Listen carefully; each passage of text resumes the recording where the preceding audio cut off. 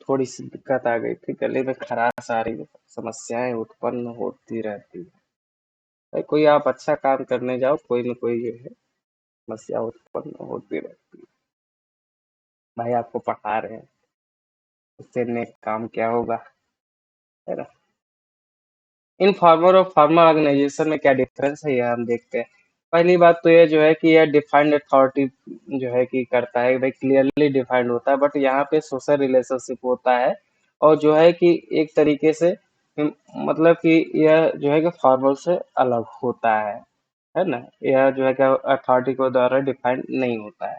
इसका original virgin क्या होता है, ओरिजिन भाई रूल्स एंड पॉलिसीज के आधार पे जो है कि यह देखा जाता है, जबकि यह सोशल इंटरेक्शन के आधार पे होता है। अथॉरिटी अथॉरिटी यहाँ पे जो है कि मैनेजमेंट के द्वारा अथॉरिटी होती है, और यहाँ पे पर्सनल क्वालिटीज के आधार पे जो है कि यह उत्पन्न होता है। ठीक, अगर कोई रूल्स का वायलेशन हो तो उसको इसके आधार पे पेनल्टी और पनिशमेंट जो है कि दिया जा सकता है, बट इनफॉर्मल ऑर्गेनाइजेशन में ऐसा कुछ जो है कि तो नहीं होता है, प्रोविजन नहीं होते। ठीक है, कम्युनिकेशन का फ्लो जो है कि स्कॉलर चेन में जो है कि करता है, लेकिन यहाँ पे ऐसा कुछ प्लान रूट नहीं होता, इसीलिए क्या कहते हैं, यह र्यूमर फैलाता है। ठीक, पर्पज क्या है भाई, कि ऑर्गेनाइजेशनल ऑब्जेक्टिव को प्लान तरीके से क्या किया जा सके, अचीव किया जा सके, लेकिन यहाँ पे सोशल और कल्चरल नीड को फुलफिल किया जा सके और कॉमन इंटरेस्ट को फुलफिल किया जा सके, इस वजह से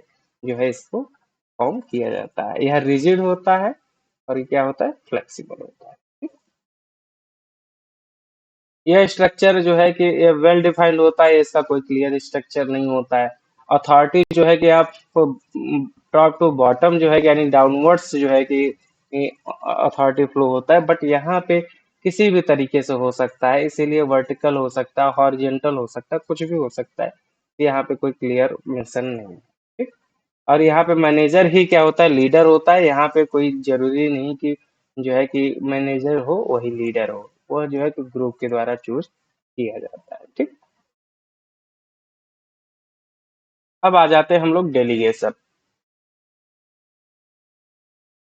डेलीगेशन का मतलब ये हुआ कि भाई कि डेलीगेशन ऑफ अथॉरिटी मतलब कि भाई कि जो आप अथॉरिटी ग्रांट कर रहे हो अपने सबॉर्डिनेट को एक लिमिट के हिसाब से, तो उसे हम क्या कहेंगे, डेलीगेशन ऑफ अथॉरिटी बोलेंगे। ठीक, डेलीगेशन मतलब क्या होता है, डाउनवर्ड ट्रांसफर ऑफ अथॉरिटी होता है, सुपीरियर टू सबॉर्डिनेट होता है, याद रखेंगे। ठीक है ना, बाकी सब यही, इसमें सारी चीजें यही लिखी हुई हैं। अब इसके एलिमेंट ऑफ डेलीगेशन यह देखते हैं भाई कि क्या क्या चीजें डेलीगेट किया जा सकता है। अथॉरिटी को डेलीगेट किया जा सकता है। Authority refers to right to take decisions in order to guide the activities of others, यानी कि जो भी दूसरों की एक्टिविटीज को गाइड करने के लिए जो आपके पास एक डिसीजन का राइट होता है, उसी को हम क्या कहते थे, अथॉरिटी कहते थे। ठीक है, अथॉरिटी का दूसरा मतलब भी होता है सुपीरियर सबऑर्डिनेट रिलेशनशिप। इसमें लॉज और रूल्स रेगुलेशंस चलते हैं, ताकि क्या कर सके, अथॉरिटी को रिस्ट्रिक्ट बनाया जा सके। और अथॉरिटी जो है हमेशा डाउनवर्ड फ्लो करता है, ऊपर से नीचे चलता है, नीचे से ऊपर नहीं जाता है। ठीक, रिस्पॉन्सिबिलिटी की बात अगर किए जाए तो रिस्पॉन्सिबिलिटी भाई की है क्या, कि obligation of subordinate to perform properly assign duty, यानी कि जिसको ड्यूटी मिली हुई है उसको प्रॉपर तरीके से करे, वो उसकी क्या है, रिस्पॉन्सिबिलिटी है या ऑब्लिगेशन है। ठीक है, भाई किसके प्रति, जॉब के प्रति जो है कि क्या है, रिस्पॉन्सिबिलिटी है ना। और यह जो है कि उसके आधार पे जो है कि अथॉरिटी उसको दिया जाना चाहिए, भाई जैसे रिस्पॉन्सिबिलिटी है तो वैसे अथॉरिटी होनी चाहिए। अभी हमने पिछले चैप्टर में पढ़ा था कि अथॉरिटी और रिस्पॉन्सिबिलिटी में जब तक बैलेंस्ड नहीं होगा तब तक दिक्कतें आती है। अकाउंटेबिलिटी थोड़ा सा जो है उससे अलग होता है।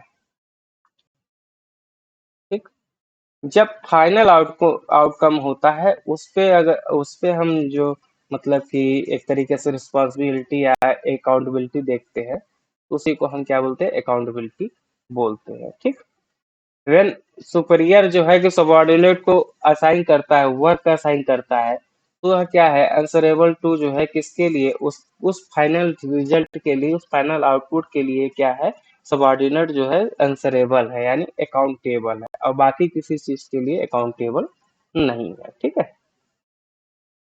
अब इन तीनों के बीच में डिफरेंस थोड़ा सा देख लेते हैं। अथॉरिटी मतलब राइट टू कमांड होता है, रिस्पॉन्सिबिलिटी मतलब obligation to perform assign task होता है, और यहाँ पे आंसरेबल होता है। ठीक है। वर्जिंग क्या है, ये फॉर्मल पोजीशन से होता है, ये डेलीगेटेड अथॉरिटी के हिसाब से होता है, और यह जो है कि यह भी रिस्पॉन्सिबिलिटी के हिसाब से क्या होता है, एराइज होता है। जैसी उसकी रिस्पॉन्सिबिलिटी होती है वैसे अकाउंटेबिलिटी होगी, यानी तीनों में क्या होना चाहिए, कोऑर्डिनेशन अच्छा होना चाहिए। भाई जितनी उनकी रिस्पॉन्सिबिलिटी होगी उसको उतनी अथॉरिटी मिलनी चाहिए, और उतना ही वो अकाउंटेबल है अपने सुपरियर को। ठीक है। यह डेलीगेट किया जा सकता है, यह पूरा तरीके से डेलीगेट नहीं किया जा सकता। जैसे सुपरियर भी क्या है, रिस्पॉन्सिबल होगा अपने सबॉर्डिनेट के जो है कि एक्टिविटीज के लिए। ठीक। और यह भी जो है कि पूरी तरह से डेलीगेट नहीं किया जा सकता। फ्लो क्या होता है, फ्लो यहाँ पे डाउनवर्ड टू क्या होता है, डाउनवर्ड फ्लो होता है, सुपरियर टू सबऑर्डिनेट होता है, लेकिन यहाँ अपवर्ड होता है, यहाँ पे भी अपवर्ड होता है, यानी सबऑर्डिनेट टू सुपरियर होता है। ठीक। अब इम्पोर्टेंस क्या है डेलीगेशन का, क्या क्या इम्पोर्टेंस है। पहली बात तो यह है कि भाई एग्जीक्यूटिव के वर्क को क्या किया जा सके, रिड्यूस किया जा सके। जितना भी वर्कलोड है ऑफिसर्स को उसको क्या किया जा सकता है, रिड्यूस किया जा सकता है, ताकि क्या कर सके भाई कि जो टाइम मिलेगा वह इम्पोर्टेंट और क्रिएटिविटी वर्क में जो है कि उसमें इन्वॉल्व हो सके, बजाय जो है डेली रूटीन के कामों में। ठीक। एम्प्लॉयज डेवलपमेंट होता है, भाई सीधी सी बात है, अपना जो है कि टैलेंट और अच्छी जगह पे यूटिलाइज करेंगे, अपॉर्चुनिटी अच्छी मिलेगी तो क्या कर सकेंगे, अपने स्किल को डेवलप कर सकेंगे, अपना खुद का डेवलप कर सकेंगे, ताकि कोई भी परफॉर्म मतलब कि कोई भी कम्प्लेक्स टास्क हो उसको परफॉर्म किया जा सके। Quick and better decision possible हो सकता है इसके आधार पे, है ना।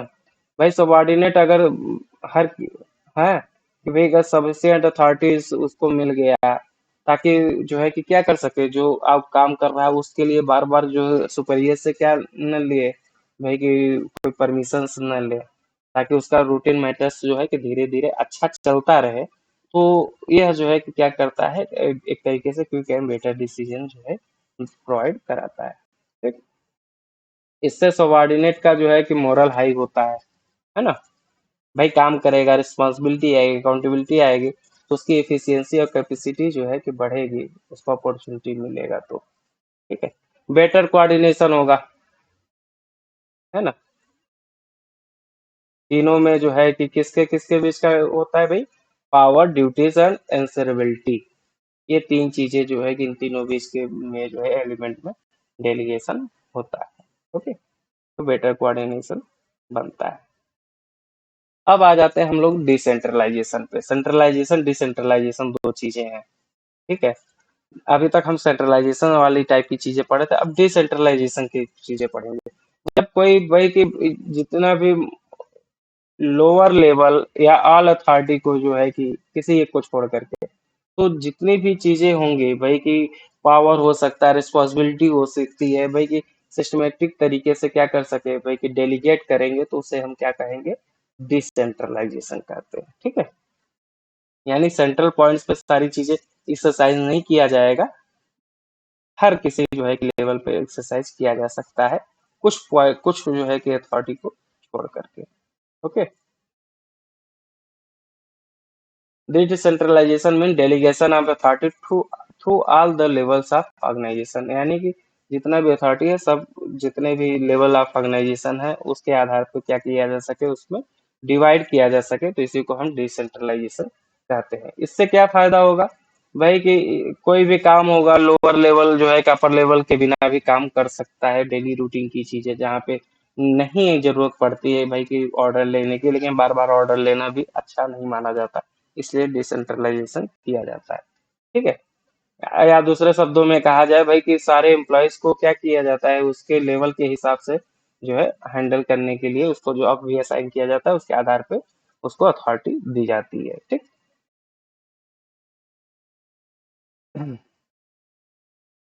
और सेंट्रलाइज्ड का मतलब ये हुआ कि भाई कि टॉप लेवल मैनेजमेंट जो है कि अथॉरिटी, डिसीजन मेकिंग अथॉरिटी रहती है, तो उसे क्या कहते हैं, सेंट्रलाइजेशन। डिसेंट्रलाइजेशन का इंपॉर्टेंस क्या क्या है यह देख लेते हैं। भाई कि एक तो सबॉर्डिनेट में इनिशिएशन लेने का जो है कि इनिशिएटिव लेने का क्या होता है, एक डेवलपमेंट आ जाता है, वो कॉन्फिडेंस अपने आप को मानते हैं, सेल्फ रिलायंस होता है, और फ्रीडम होता है उनको ताकि वो अपने डिसीजन को खुद ले सके, ठीक है। और जो है कि यह मैनेजरियल टैलेंट को क्या कर देता है, डेवलप करता है, ताकि फ्यूचर्स में क्या हो सके कि भाई बाहर के लोगों को हायर करने के बजाय अपने ऑर्गेनाइजेशन के लोगों को हायर करेंगे तो और भी अच्छा माना जाएगा। तो इस तरीके से मैनेजरियल टैलेंट जब आएगा तभी ना हम उसको हायर करेंगे। क्विक डिसीजन मेकिंग अभी हमने ऊपर पढ़ा था, है ना, तो भाई सभी लेवल्स के लोगों को जो है कि आसानी जो है कि जब पॉइंट ऑफ एक्शन आता है तो हम जाएंगे ऊपर पूछेंगे फला चीज कर ले, नहीं, तो यह जो है क्विक डिसीजन में हेल्प करता है, ठीक है। और जो टॉप मैनेजमेंट है उनका जो है कि वर्क डेलीगेट हो जाता है, इससे जो है कि कई ढेर सारी जो है कि टाइम बचता है और वो जो है कुछ प्रायोरिटीज एरियाज में काम कर सकते हैं, ठीक। अब आ जाते हैं फैसिलिटेट ग्रोथ। ग्रोथ में भी वो जो है कि ये अच्छा वो प्रोवाइड कराता है। भाई सारे डिपार्टमेंट्स और एम्प्लॉयज को क्या कर सकता है कि भाई अपने पॉसिबल मैनर में अच्छा काम करोगे तो जो है कि प्रोडक्टिविटी इफिशिएंसी और जो है कि ग्रोथ में अच्छा खासा प्रभाव देखने को मिल सकता है, ठीक है। बेटर कंट्रोल, भाई कि हर किसी लेवल पे जो है कि परफॉर्मेंस को इवेल्युएट किया जा सकता है, इसलिए क्या कहा जा सकता है कि सारे एक्टिविटीज को अच्छा जो है कि कंट्रोल मिल सकता है, ठीक है। डिसेंट्रलाइजेशन सेंट्रलाइजेशन का जो है कि डिफरेंस देख लेते हैं। भाई डेलीगेशन और डिसेंट्रलाइज, अच्छा डेलीगेशन और डिसेंट्रलाइजेशन, सॉरी, ठीक है। डेलीगेशन में हम क्या कर देते हैं भाई कि ये कंपलसरी एक्ट होता है, या कोई जो है कि कंपलसरी नहीं होता है, ऑप्शनल होता है। डिसेंट्रलाइजेशन करना चाहे करे, ना करना चाहे ना करे। फ्रीडम ऑफ एक्शन क्या होता है कि यहाँ पे कम फ्रीडम होता है, यहाँ पे कम कंट्रोल होता है, यहाँ पे ज्यादा फ्रीडम होता है, यहाँ पे कम फ्रीडम होता है। क्यों? मोर कंट्रोल्ड बाई सुपीरियर्स होते हैं, जबकि यहाँ पे लेस कंट्रोल होता है, इसीलिए ग्रेटर फ्रीडम कहा जाता है। स्टेटस क्या है भाई कि यहाँ पे एक प्रोसेस फॉलो किया जाता है, लेकिन यहाँ पे कोई प्रोसेस बहुत ज्यादा फॉलो नहीं किया जा सकता है। सिर्फ पॉलिसी डिसीजन जो है कि टॉप मैनेजमेंट करता है, बाकी सब नीचे वाले काम करते हैं, ठीक है। स्कोप क्या है? ये नैरो स्कोप है, ये वाइडर स्कोप है। ऐसा नैरो क्यों कहते हैं भाई कि सुपीरियर और सबॉर्डिनेट में क्या है कि एक तरीके से लिमिटेशंस हो जाती हैं, जबकि यहाँ पे क्या है, वे एक्सटेंशंस पे जो है कि ज्यादा वर्क करते हैं, ठीक है। पर्पज क्या है कि भाई कि इसका जो है कि सबॉर्डिनेट और जो है कि सुपीरियर को क्या किया जाता है, ये मतलब कि एक दूसरे को जो है कि अकाउंटेबल, एक दूसरे को अकाउंटेबल नहीं कर सकते। सुपीरियर सबॉर्डिनेट को अथॉरिटी करता है और सबॉर्डिनेट सुपीरियर को जो है कि रिस्पॉन्सिबिलिटी को या अकाउंटेबिलिटी को दिखाता है, ठीक। और जबकि यहाँ पे क्या है कि भाई कि रोल सबॉर्डिनेट का ज्यादा हो जाता है, ऑटोनॉमिक के द्वारा ज्यादा ऑटोनॉमी को प्रोवाइड करा करके, ठीक। इस तरह से जो है कि हमारा चैप्टर होता है ऑर्गेनाइजेशन खत्म, है ना। बहुत जल्दी तो नहीं कर रहे हैं अब इतना, थोड़ा सा अब जैसे कि कोई सामने जो है कि स्टूडेंट बैठा होता है तो वो बात अलग होती है पढ़ाने की, ठीक है। ऐसे थोड़ा सा दिक्कत वाली बात हो जाती है, क्योंकि खुद से ही बात करना होता है, खुद को ही समझाना होता है कि हाँ हम समझ गए, तो सामने वाला भी समझ गया होगा। अगर आपको नहीं समझ में आया होगा तो आप हम कमेंट सेक्शन में जरूर बताइएगा। जो चीज बात नहीं समझ में आई होगी उसके भी वीडियो को 2 मिनट 4 मिनट के वीडियोज में मैं जो है कि रिकॉर्ड करके मैं आपको दूंगा, ठीक है। यह बिल्कुल भी आप परेशान ना हो। और हाँ, टेलीग्राम ग्रुप को चैनल जो है सब्सक्राइब करना ना भूले, ताकि जो है कि आपको इम्पोर्टेंट अपडेट्स हो, नोट्स हो, कुछ भी चीजें वहाँ पे शेयर किए जाते हैं, ठीक है। Okay, thank you.